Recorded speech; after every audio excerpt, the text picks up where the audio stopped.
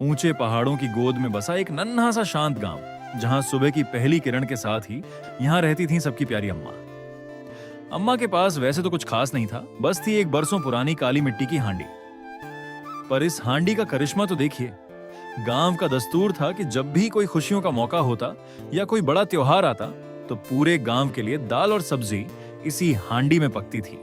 कहने को तो वो मामूली आलू बैंगन की सब्जी नहीं होती, पर अम्मा के हाथों का हुनर और उस मिट्टी की सौंधी महक सादे से खाने को भी किसी अमृत जैसा बना देती थी। तभी एक दिन शहर की चमक धमक से निकलकर एक मशहूर शेफ उस गांव की गलियों में आ पहुंचा। ये वही शेफ था, लेकिन जैसे ही उसने अम्मा के हाथ की बनी वो दाल छकी, उसके होश उड़ गए। वो दंग रह गया। उसके दिमाग में लालच की घंटी बजी। उसने सोचा, अगर इस जादुई रेसिपी का राज मेरे हाथ लग जाए तो मैं शहर के बड़े होटलों में एक एक प्लेट के हजारों रुपए वसूलूंगा। वो तुरंत अम्मा के पास गया और बड़े गर्व से बोला, अम्मा, ये लो 5 लाख रुपए। बस अपनी ये पुरानी मिट्टी की हांडी और मसाले बनाने का गुप्त तरीका मुझे सिखा दो।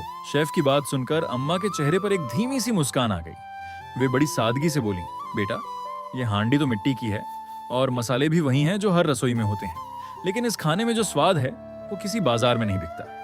शहरी शेफ को लगा कि शायद अम्मा और पैसे चाहती हैं। उसने बिना सोचे समझे रकम दोगुनी कर दी और बोला, अम्मा, ये लीजिए पूरे 10 लाख रुपए, बस मुझे अपना राज बता दीजिए।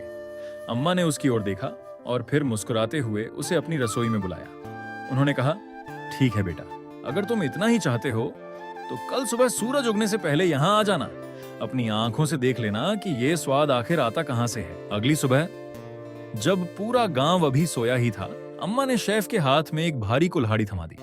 शेफ को लगा शायद ये किसी खास मसाले का हिस्सा है, पर यह तो बस शुरुआत थी। कड़ी धूप में लकड़ियां काटना, कुएं से भारी बाल्टियां भरकर पानी लाना और फिर घंटों तक सिलबट्टे पर पत्थर से मसाले पीसना।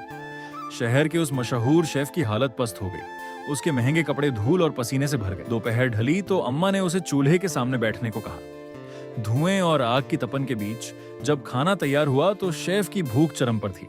जैसे ही उसने दाल का पहला निवाला लिया, उसे एक ऐसा स्वाद मिला जो उसने अपनी पूरी जिंदगी में कभी महसूस नहीं किया था। उस एक निवाले ने शेफ की आंखें खोल दी। उसे अपनी गलती समझ आ गई थी। उसने तुरंत अपने पैसे वापस रख लिए, क्योंकि उसे वो राज मिल गया था जो करोड़ों रुपयों में भी नहीं खरीदा जा सकता। उसने झुककर अम्मा के पैर छुए और उनका आशीर्वाद लेकर शहर वापस लौट गया। शहर जाकर उसने अपना होटल तो चलाया, लेकिन अब उसकी नीयत बदल चुकी थी। अब वह मुनाफा नहीं बल्कि लोगों की मुस्कान और उनकी संतुष्टि देखने लगा। अम्मा की उस मिट्टी की हांडी ने उसे सिखा दिया था कि असली स्वाद मसालों में नहीं, उसे बनाने वाले की मेहनत, सब्र और प्यार में होता है।